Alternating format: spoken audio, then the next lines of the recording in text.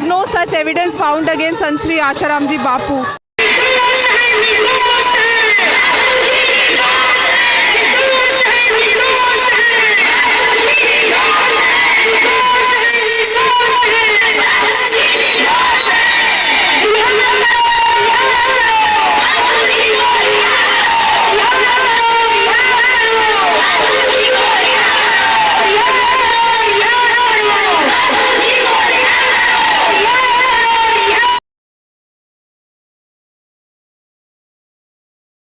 बापूजी को न्याय मिले, बापूजी को रिहा करें।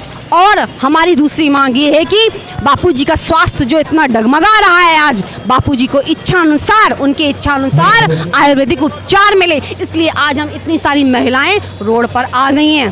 सिर्फ एक आरोप के आधार पर बिना कोई ठोस सबूत के आजीवन कारावास दिया जा रहा है।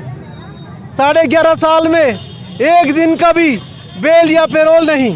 गंभीर बीमारियों से ग्रस्त होने पर भी, एम्स में 2 बार 3 बार इमरजेंसी में एडमिट होने पर भी, 3 हार्ट अटैक आने पर भी, 99% ब्लॉकेज होने पर भी एक दिन का भी बेल नहीं दिया जा रहा है। ये सरासर अन्याय है, ये देखा नहीं गया। इसीलिए मैं अमेरिका छोड़ के भारत आया हूँ और मेरे साथ जो भी खड़े हैं यहाँ पर, ये सर यही बात छींक रहे हैं कि ये जो अन्याय भारत में हो रहा है संतों के साथ, ये षड्यंत्र जो कर रहे हैं, जो भी इसके शिकार बन रहे हैं भारत के संत, विश्व के संत, जिन्होंने शिकागो में भारत का प्रतिनिधित्व किया है, ऐसे संत को उन्होंने 11.5 साल कारावास में रखा है, एक दिन का भी बेल नहीं दिया। ये सदी का सबसे बड़ा अन्याय है, ये नहीं सहेगा भारत। आज हमारी 2 ही मांगे, एक तो हमारे गुरुदेव संत श्री आशाराम जी बापू को उनके मन के मुताबिक आयुर्वेद पद्धति से इलाज मिले तथा उनकी रिहाई हो, क्योंकि जहां हमारे देश में आतंकवादियों को भी वीआईपी ट्रीटमेंट मिलता है, वहाँ तो बापू निर्दोष है। एक वयोवृद्ध संत को, जो कि इतने गंभीर बीमारियों से पीड़ित है, आज उनको न्याय नहीं मिल रहा।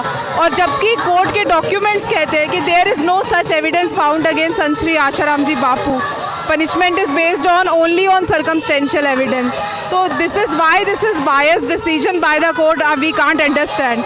आज सब बहनों की, अगर एक लड़की के आरोप लगाने पर बापू के को इतना अन्याय, इतना आजीवन कारावास जैसी बड़ी सज़ा दे दी, तो इतनी सारी बहनें जो आज सड़कों पर निकली हैं, उनकी वेदना कौन सुनेगा। सरकार से हमारा यही, हम बार बार सरकार से यही निवेदन कर रहे हैं कि शीघ्र अतिशीघ्र हमारे बापू को बेल दी जाए, कि हमारे बापूजी की जल्द से जल्द रिहाई हो जाए, क्योंकि वो निर्दोष है। उनके खिलाफ आज तक एक भी सबूत नहीं मिला है।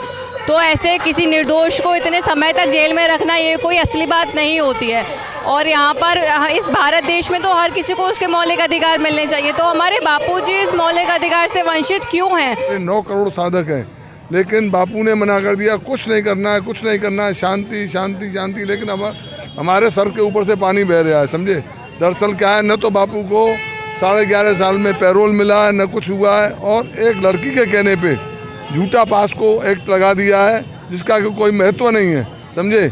और बापू ने जो गुरुकुल बनाए हैं, ईसाई मिशनरी नहीं चाहती है कि बापू के गुरुकुल चलें, इसलिए उन्होंने उन गुरुकुलों को बंद कराने के एवज में, समझे, कि बापू को के ऊपर ये गलत ब्लेम लगा के और मीडिया ट्रायल में अंदर करा दिया है। मानवीय अधिकार और संवैधानिक अधिकारों का पूर्णतः हनन किया जा रहा है। और बापूजी को, जो भारत में उद्योगपतियों के लिए अलग कानून है, भारत में नेताओं के लिए अभिनेताओं के लिए अलग कानून है, और एक सिंधु संत जो पिछले 11.5 साल से मात्र एक आरोप लगाया था, झूठे आरोप थे, एक एफआईआर के आधार पर, जिसकी सत्यता भी कोर्ट में जो अपील हुई है उसमें भी वो सिद्ध नहीं हो पाई है।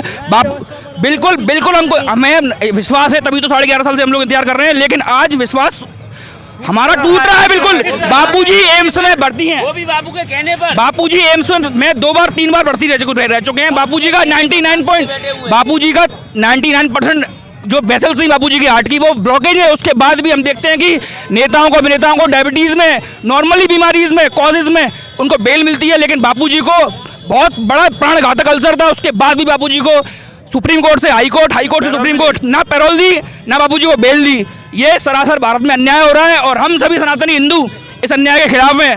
हिंदू संत को उनके उपचार के लिए बेल नहीं दी जाती है, और जो निर्दोष है उनको अंदर है, दोषी है वो बाहर है।